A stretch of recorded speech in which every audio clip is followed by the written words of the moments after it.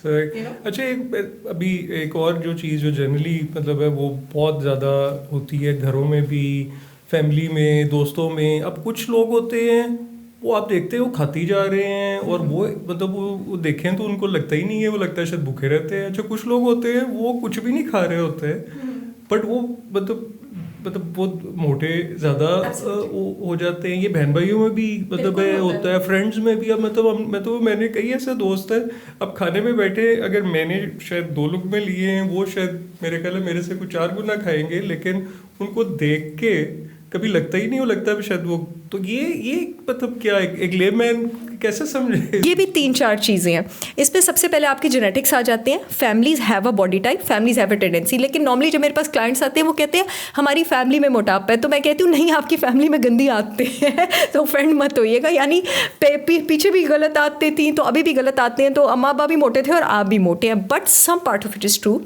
बाकी रीजंस की तरफ भी आते हैं जेनेटिक्स। दूसरी चीज़, मेजर आपकी बॉडी में 2 हार्मोन्स बहुत ज़्यादा डोमिनेट करते हैं जो आपकी इस बात की टेंडेंसी को डिटर्मिन करते हैं आप कितना वेट पुट ऑन करेंगे कितना नहीं, और ये आपकी हंगर को भी कंट्रोल करते हैं। One of them is insulin, जो मैं अपने चैनल के थ्रू भी, अब तो मुझे इतनी खुशी होती है जब लोग आके मुझे इंसुलिन बोलते हैं, मैं कहती हूँ अच्छा माशाल्लाह लोगों को ये लफ्ज़ सिखा दिया मैंने। इंसुलिन, और दूसरा आपके पास थायराइड हार्मोन। अगर आपकी बॉडी में इंसुलिन रेजिस्टेंस है, आपको भूख ज़्यादा लगेगी, आपकी क्रेविंग ज़्यादा होंगी, खाना आपको सेटिस्फाई नहीं कर सकता। इंसुलिन रेजिस्टेंस क्या चीज़ है? इंसुलिन हमारा वो हार्मोन है जो बॉडी में तब किक इन करता है when we take food, and it has a function of pumping glucose into, चलो तुम मसल में जाओ, चलो तुम फैट में जाओ, अपना काम करो। जिसका वो ताला अच्छा नहीं होगा इंसुलिन के ग्लूकोज को रास्ता अंदर भेजने वाला सेल्स में, उसको रेजिस्टेंस कहेंगे। ग्लूकोज सेल के अंदर नहीं जाएगा, यहाँ से डायबिटीज़ की भी शुरुआत होती है। ऐसे बंदे की क्रेविंग ज़्यादा होती हैं। फिर इसके साथ साथ ऐसे लोगों में लेप्टिन रेजिस्टेंस भी ज़्यादा होती है। लेप्टिन हमारा वो हार्मोन है जो ये डिटरमाइन करता है कि क्या हमारी सेटाइटी, हमारे जो सेटाइटी सेंटर है ब्रेन में, भूख पूरी हो गई है, मेरा पेट भर गया है, हंगर सेटिस्फाइड है। जो लोग लेप्टिन रेजिस्टेंट होते हैं उनको भी यही प्रॉब्लम होती है। एंड द सेकंड हार्मोन जो आपका ये वेट और आपका डाइजेशन डिटरमिन करता है, इवन कि आपका टेम्परामेंट, मेंटल टेम्परामेंट भी, that is a thyroid hormone.